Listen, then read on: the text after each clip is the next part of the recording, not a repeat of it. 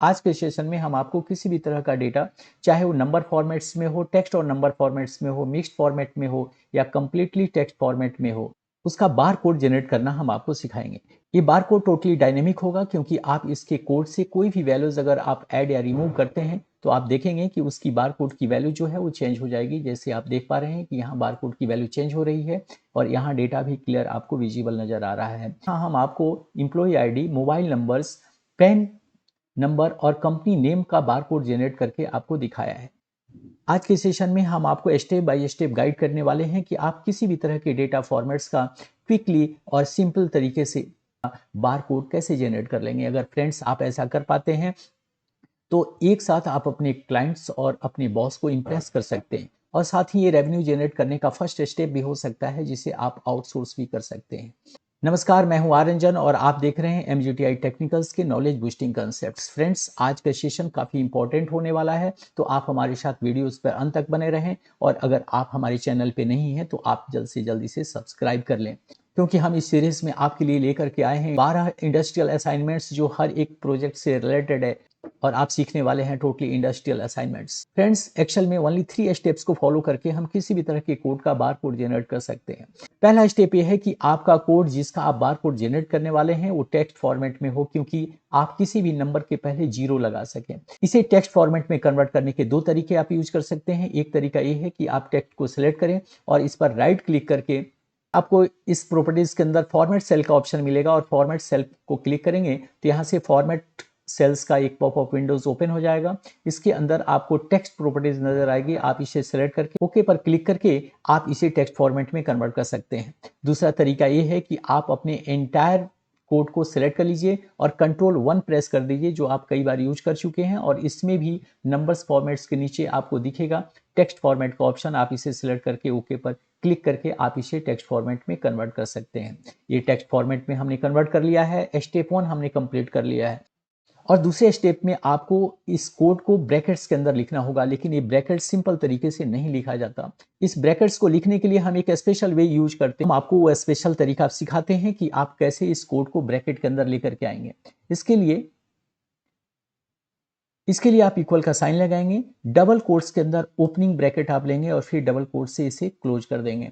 फिर M% का symbol लेंगे और उस सेल को सिलेक्ट करेंगे जिस सेल में आपका कोड अवेलेबल है। यहाँ C2 है जो इस सेल का एड्रेस है और फिर हम इसे M% के साथ कनेक्ट कर लेंगे और फिर यहाँ हम क्लोजिंग पैरेंथेसिस लेकर के डबल कोट से इसे क्लोज कर देंगे और फिर एंटर प्रेस करके हम देखेंगे तो देखिए ये कोड आपका ब्रैकेट्स के अंदर आ गया है।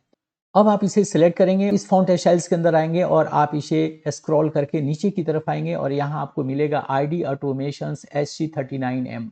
अगर आपको नज़र नहीं आ रहा है तो आप यहाँ से सर्च भी कर सकते हैं। यहाँ हम लिखते हैं ID ऑटोमेशंस तो आप देखेंगे ID ऑटोमेशंस यहाँ आ चुका है। आप यहाँ से सिलेक्ट करेंगे और यहाँ से एंटर प्रेस करेंगे तो आप देखेंगे कि ये बार कोड यहाँ इंप्लीमेंट हो गया है। जो भी कोड हमने यहाँ लिखा है ये इसके बॉटम में आपको ये कोड नज़र आ रहा है। ये कोड टोटली डायनेमिक जनरेट हुआ है। अगर आप इसमें कोई भी वैल्यू ऐड करते हैं, जैसे हमने यहाँ 8 ऐड किया और अब हम एंटर प्रेस करेंगे तो आप देखेंगे 8 यहाँ ऐड हो जाएगा और इसके लिए बार कोड यहाँ जनरेट हो जाएगा। इस तरह से और भी कोड के लिए अगर आप बार कोड जनरेट करना चाहते हैं तो आप इस फॉर्मूले को यहाँ से कॉपी कर लीजिए और फिर ऑटो फिल की मदद से आप उसे नीचे की तरफ ड्रैग कर लीजिए तो आप देखेंगे कि सारे कोड्स के बार कोड प्रॉपर तरीके से जनरेट हो चुके हैं।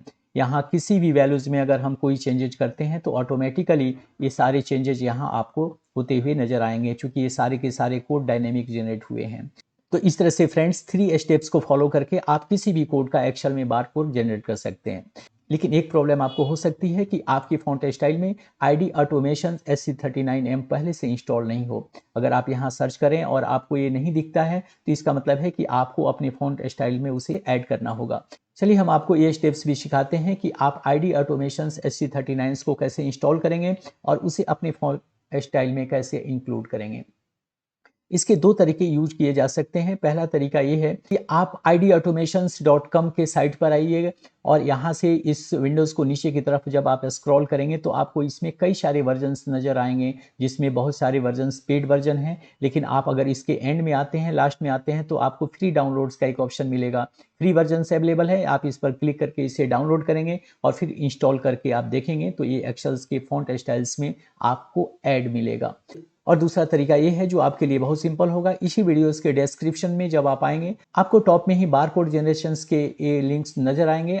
आप इस पर क्लिक करके फाइल लोकेशंस तक आ सकते हैं। यहाँ फोल्डर सेक्शन के अंदर आपको अपनी फाइल नजर आएगी, 3 डॉट्स आपको नजर आएगा। आप इस पर क्लिक करके यहाँ से आप अपनी फाइल को डाउनलोड कर लेंगे, या यहाँ भी ऑप्शन है डाउनलोडिंग का, यहाँ से भी क्लिक करके आप अपनी फाइल्स को डाउनलोड कर लेंगे। अब आप अपने डाउनलोड सेक्शन में आएंगे, आप देखेंगे कि फाइल आपका डाउनलोड हो चुका है। क्योंकि ये जीप फाइल है तो आप इस पर राइट क्लिक करके इसको एक्सट्रैक्ट कर लीजिए। एक्सट्रैक्ट ऑल पे आप क्लिक करेंगे तो यहाँ से आपसे परमिशन पूछेगा, आप इसको एक्सट्रैक्ट कर लीजिए।